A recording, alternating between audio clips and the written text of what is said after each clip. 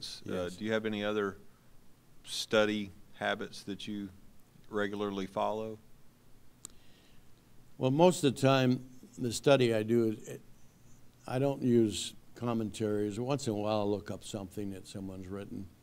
But I like to just read what it says and think about it a bit.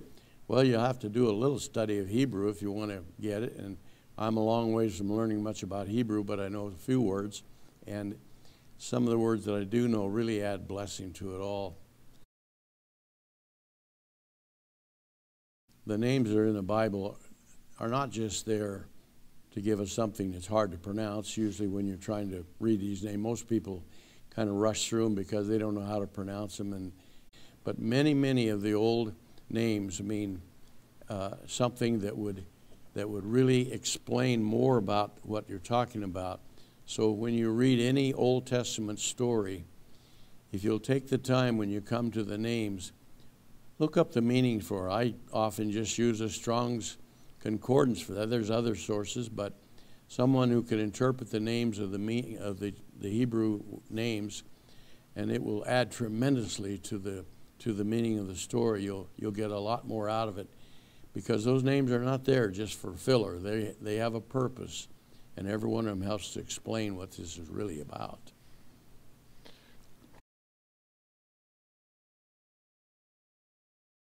My wife got the idea from someone, I can't remember exactly where, but every morning we start the day off by reading from Psalms. We start with the day of the month. For example, today was the 27th, and so this morning we read Psalm 27, and then we jump ahead 30. We read Psalm 27, then Psalm 57, then 87, 117, and 147. And then we read Proverbs 27. So every day of the month, you start with the date, read the psalm for that day, and then keep adding 30, and then you read the proverb. And that way, every month, you'll read all the Psalms and all the Proverbs. And, of course, Psalms is the prayer book for us. So we read Psalms, and it'll tell us how to pray. Sometimes the Psalms are about blessings. Sometimes they're about calling down wrath of God on an enemy, or sometimes saving us from our own problems, or lifting us up out of despair, discouragement. And Proverbs is full of wise sayings for how to live and how to recognize danger and so on. So by reading the Psalms and the Proverbs every day like that, you're really getting a wonderful lesson in prayer and in practical living. And then usually after we read the Psalm and the Proverb, we read a chapter or two, sometimes more, going through. We've been reading through the Bible just from Genesis to Revelation.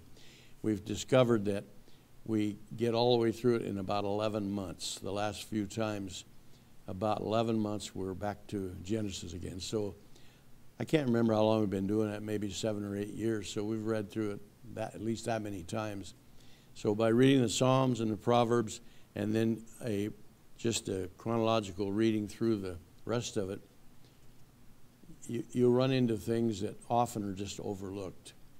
I ask people, for example, sometimes, how long has it been since you read the prophet Nahum? Don't remember I ever read that one. Well, you ought to, because there's a lot in it. Or the prophet Obadiah, the shortest little book in the Bible. It's only one chapter, but it's a dynamite thing to read. If you'll take the time, look up the names, and see what they mean. It'll tell you something.